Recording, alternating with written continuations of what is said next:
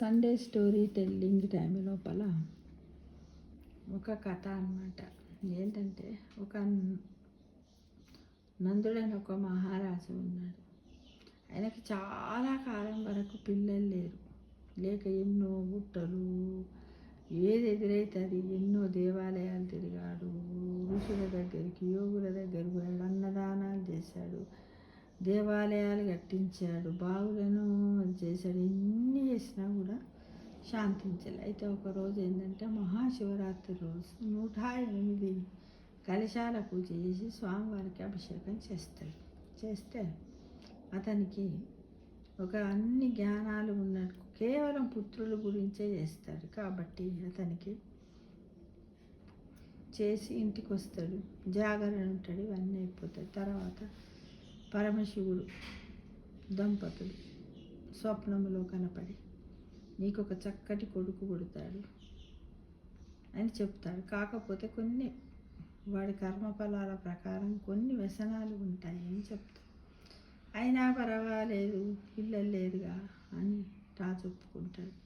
తర్వాత కొద్ది రోజుల తర్వాత రాజుకు ఒక కొడుకు పుడతాడు. పుట్టిన తర్వాత అల్లారు బుద్ధిగా పెరుగుతుంటాడు. విలువిద్యల్లో అన్నిట్లలో అందరితో స్నేహభావంగా ఉంటాడు. అయితే చాలా రోజుల వరకు విద్యాబుద్ధులు అన్నీ నేర్చుకుంటాడు, బాగానే ఉంటాడు. వాడికి ఆ ఊళ్ళో ఉన్నటువంటి ఫ్రెండ్స్ యొక్క సహచర్యం వల్ల వాడికి లేని వాటి మీదకి కోరికలు పోవడం, ఏంటిది చుట్టలు కాల్చడం, మద్యపానం తాగడము, ఇంకా అన్ని రకాలైనటువంటి చేష్టలు చేస్తూ ఉంటాడు. యవ్వనంలో ఉన్నప్పుడు చేసి ఇట్లా చేస్తూ ఉంటాడు. చేస్తుంటే వాళ్ళు ఏం చేస్తారంటే, వీడు ఇలా అయితే బాగుండడు, వీడికి పెళ్ళి చేద్దాం, పెళ్ళి చేస్తే ఆ అమ్మాయి వచ్చిన తర్వాత వీడికి అమ్మాయి వల్ల పెళ్లి చేస్తున్న బాగుపడతాడని మధ్యకాలంలో చాలామంది అదే అంటారు. తిరుగుబోతులు, తాగుబోతులు ఉంటారు కదా, వాళ్ళకి పెళ్ళి చేస్తే సంసారం అనే బాధ్యత బరువు వాళ్ళ మీద పడి ఇంటి పట్ట నుండి కష్టపడి పని చేస్తాడు అని అనుకుంటారు. అయితే ఇతను కూడా ఏంటంటే ఈ రాజు కొడుకు, అసలు ఈ రాజు కొడుకు అంటున్నాం కదా, రాజు అంటే ఎన్నో ఉంటాయి కదా ఆయనకు, ఎంత ధనము, అన్ని రకాలుగా ఐశ్వర్యవంతమే ఉంటాయి. ఉన్నప్పటికీ కూడా ఈ గుణాలు ఉండడం వల్ల ఎవ్వరు కూడా రాజు కొడుకు అస్సలు విలువియ్యరు.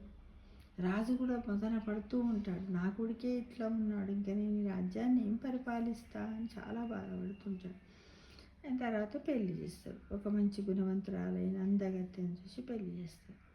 ఆ అమ్మాయి కూడా ఏంటంటే చాలా నిష్ఠాగరిష్ఠురాలు. ఏంటంటే తను ఇల్లు, అత్త మామలు, సంస్కారం, సాంప్రదాయాలకు ఆమె మనసు ఒక పుట్టినిల్లులాగా పనిచేస్తుంది. ఇలానే చాలా రోజులు ఉంటుంది. ఉన్న తర్వాత ఇక ఏమైపోతుంది, నందుడు ఉన్నాడు కదా, ఈ రాజు కూడా ఇక వాళ్ళకు వృద్ధాప్యం వస్తుంది. రాజు భార్య అందరూ అదైపోతారు. పోయిన తర్వాత ఈయన ఏం చేస్తాడు, ఉన్న ఆస్తులన్నీ అమ్ముతాడు, తాగుతాడు, ఫ్రెండ్స్ పెడతాడు, అన్నీ చేస్తాడు. ఇక కొద్ది రోజుల తర్వాత వాళ్ళకు కొడుకులు పుడతారు.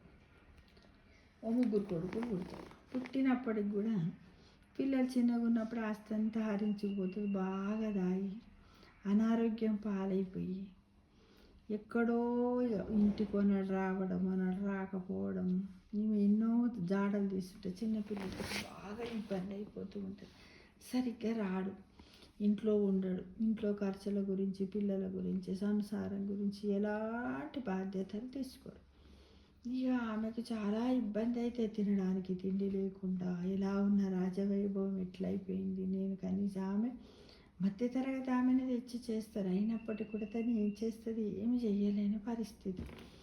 ఇలానే ఏం చేయాలి ఇట్లా ఈ పిల్లలు ఎలా గడవాలి అని ఏదో తోచినటువంటి పనులు చేస్తూ ఉంటాయి. వ్యవసాయ పనులే కానీ, ఎవరింటన్నా కార్యక్రమాలు అయినప్పుడు ఏమన్నా పనులు చేయమంటే తనకు వచ్చిన పనులు చదువుతూ ఉంటే వాళ్ళు ఏదో కొద్దో గొప్పో ఈమెకు ఇంత ధన సహాయం చేస్తారు. దాంతో ఇక కష్టపడి పిల్లలను పెంచుతూ ఉంటుంది. ఇవన్నీ చేస్తున్నారు. ఆ ఇళ్ళల్లో పనిచేసేటప్పుడు ఒక యువకుడికి ఈ అమ్మాయి మీద మనసు పడి అతను ఏమంటాడంటే,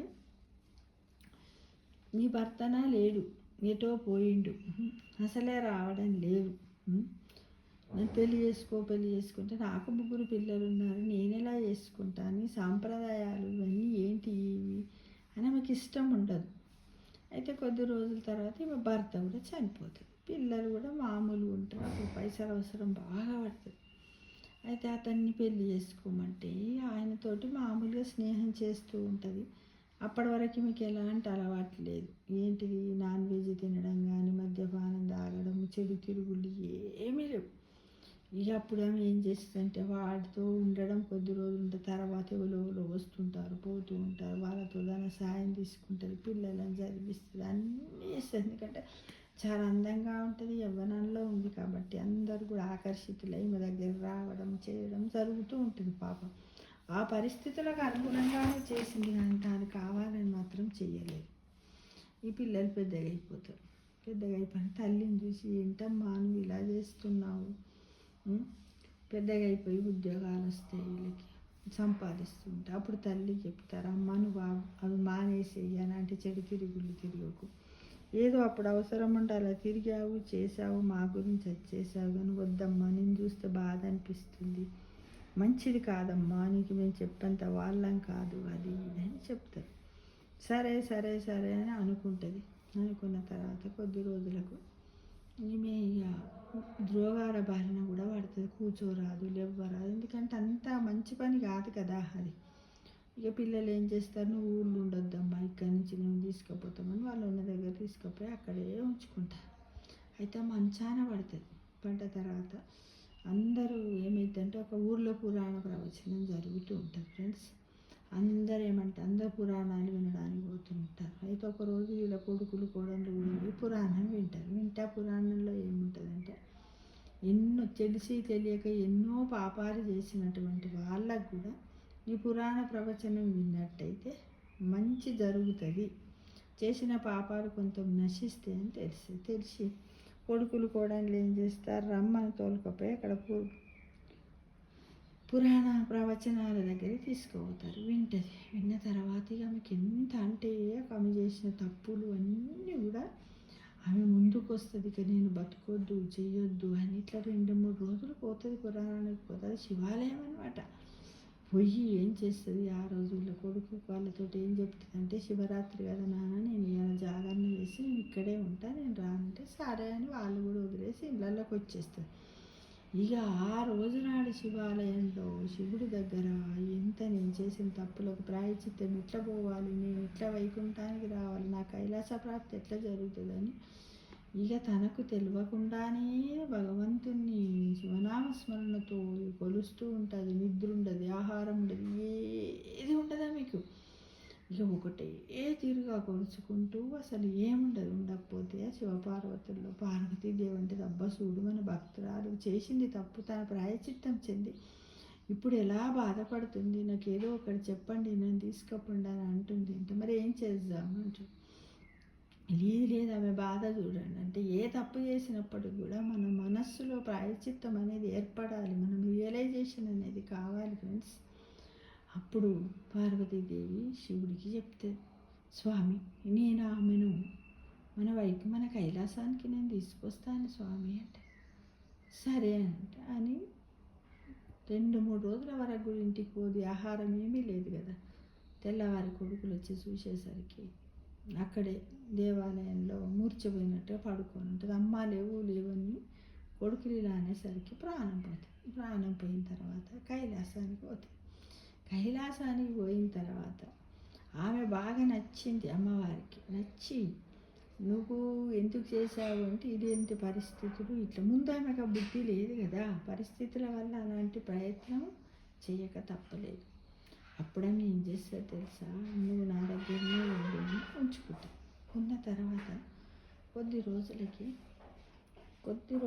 ఏమైపోతుంది, ఉన్న తర్వాత కొద్ది రోజులకి తనకు మంచిగానే ఉన్నది. కానీ మా భర్త అప్పుడు కూడా పురాణ వచనాలు అమ్మవారి దగ్గర ఉండి, అమ్మవారి గుడికి వచ్చినటువంటి మన పురాణ ప్రవచకులు, ఋషులు, యోగులు వీళ్ళందరూ వచ్చి అందరు పురాణం చెప్తున్నారు, పురోహితులు. ఉన్నప్పుడు ఆమెకి ఏమనిపిస్తుంది, అబ్బా నా భర్త కూడా తెలిసి తెలియక ఎన్నో పాపాలు చేశాడు, పాపం చచ్చిపోయింది, కానీ ఏ జన్మెత్తాడో, ఎన్ని కష్టాలు పడుతున్నాడో ఏంటో అని బాగా అనుకొని ఒకరోజు అమ్మగారి దగ్గరికి వచ్చి, అమ్మ ఏంటంటే తనకు ఒక పర్సనల్ సెక్రటరీలాగా పెట్టుకుంటుంది.